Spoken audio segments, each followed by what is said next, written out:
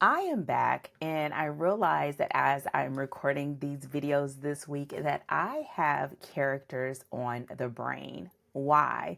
Because we have a workshop coming up this Saturday called the Love Equation, and there's this tug of war that goes on between your main characters in a romance that you must have so that we stay glued to the page.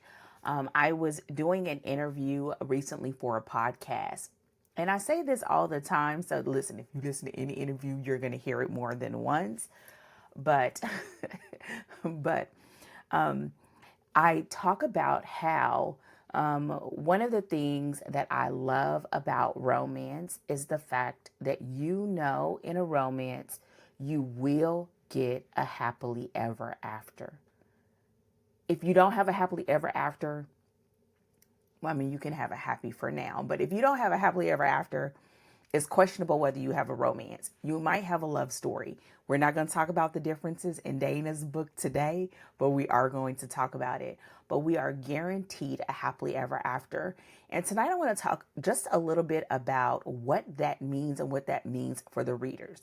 But before I talk about that, just in case you are new around here, and you shouldn't be if you're following me, but just in case you are, my name is Dana.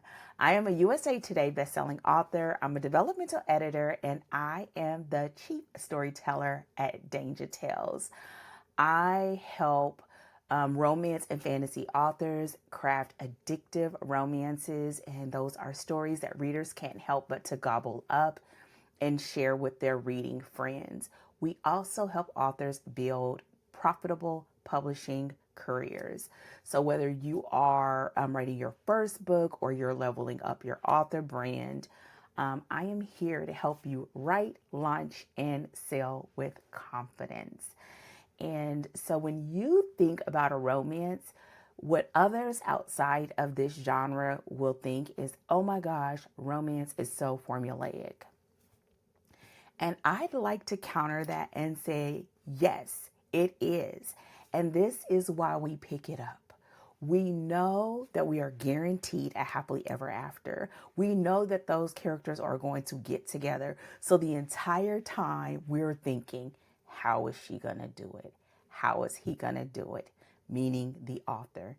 How are they going to get their happily ever after when they have all of these odds against them?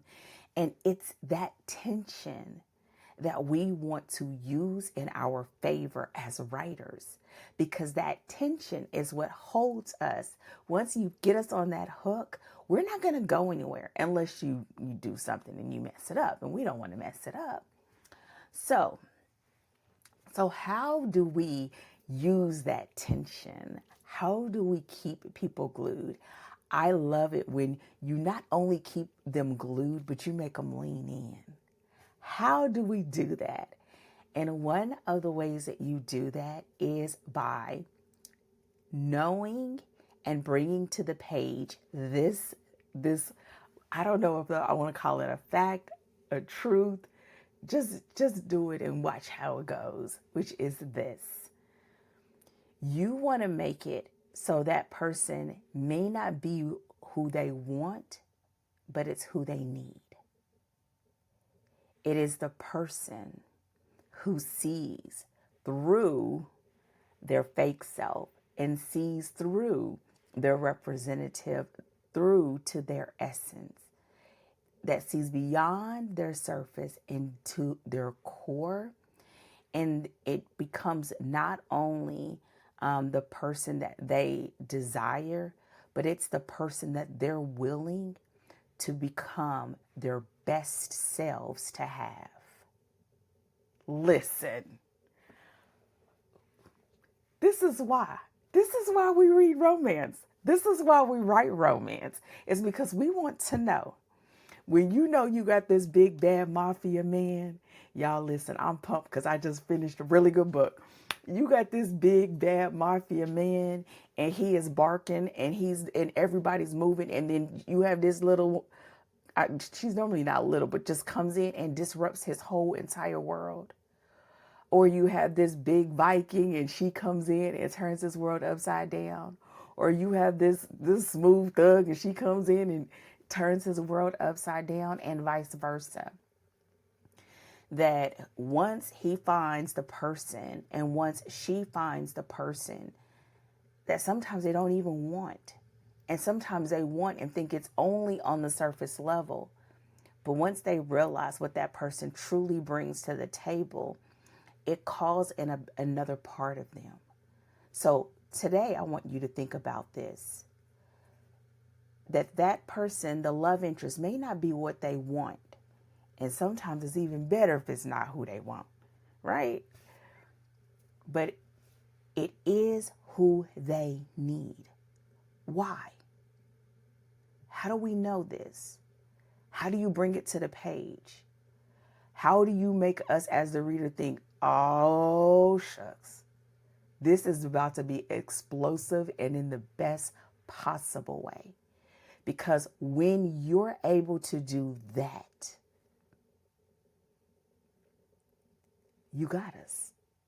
You got us. You got us.